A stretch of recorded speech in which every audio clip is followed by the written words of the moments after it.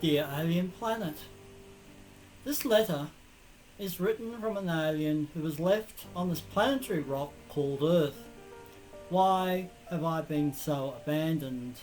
As a child, grinding rocks for ochre, red, orange, yellow, white and grey to draw pictograms on the ground in hidden places, hoping to send a message. No one has ever answered me. Everything is different. I am allergic to this planet. Everybody wants to blame me for something. All the nightmares came and they looked as though they are here to stay. The art world I worked in blamed me, which is what crazy makers do in an industry that attracts them. Places I got worked at blamed me, which is what bosses do. They never took responsibility. Living is simply a lot sadder than we want it to be. A pattern of emotional abandonment and neglect that began early in my life. My emotional abandonment occurred with neglectful parents.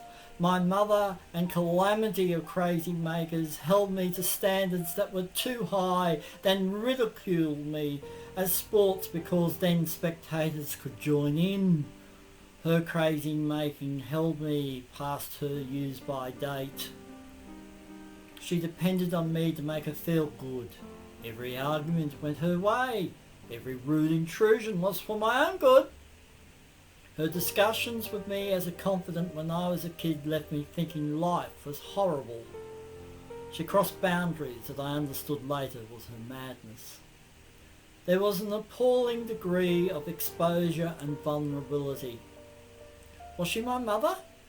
Was he my father? I asked an aunt once, and she answered with a smirk that I should ask my mother. So there was doubt. Meanwhile, I struggled. There has always been a gap between the reality and the usual life's timetable. The ways of the neurotypical are not my way. My autistic isolation is evident throughout the rooms of my mental home. Even in my dreams, I am alone, unless I'm being bullied.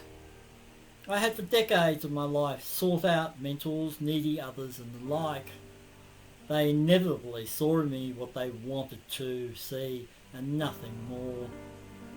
No one could penetrate me and get through to me. No one could truly see me. There are no frames of reference for friendship. The hurt is inside.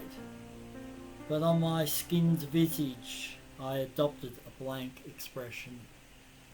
Old photographs show a blank face, staring back, staring through time with unfocused eyes. My face is staring past the gaze of the photographer into space. Stars are the blue blacks of my eyes. Now older, my eyes are nebula grey. They are getting closer. It is only a matter of time before I am home. I am numb to others. However, I did not see it as a problem for me. It is a problem for everyone else. Then everyone else's problem then becomes my problem. I think bullying is one of the worst things a human can do to another because it suggests a one-size-fits-all model. Words get thrown about. Words are cheap. Who wants to be normal? It is an oddity of our minds that not every emotion we carry is fully acknowledged. In me, they are held and processed later, much later. Instead, under their influence, I feel a compulsive need to be busy and be measured by my work. It defines me, but intelligence does not make us better. I have suffered with anxiety and self-destructive behaviour for a long time. Your youth is a blip on the timeline of your life, and not getting the facial expressions and postures of others in conversation is going to be difficult to decipher the message. Crazy makers lap that up. A chance for taking a power trip. I have felt like an outsider all my life, alien and unable to decipher the incoming messages totally. I do not want to be on this planet. So where is my planet? in a place that has crimson skies and blue trees. Looking up past the horizon, the crimson gives way to gold and silver star clusters that are making life. Shallow waters run everywhere and flow into deep pools that top vast underground oceans. I see it in dreams and visions. There is a dwelling on the side of a hillock resembling a giant fungi. Smaller versions are found in woody places in this planet. Windows like eyes stare into the forests of blue and purple.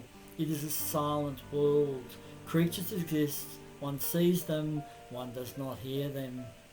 None of it means anything to me unless it is my work. Making stuff with my hands, painting pictures, seeing this world through alien eyes. All at a distance. Something not connected. I really belong off-world. I know it in my bones. Stranded and growing unhappier every day. Robert, thank you for listening.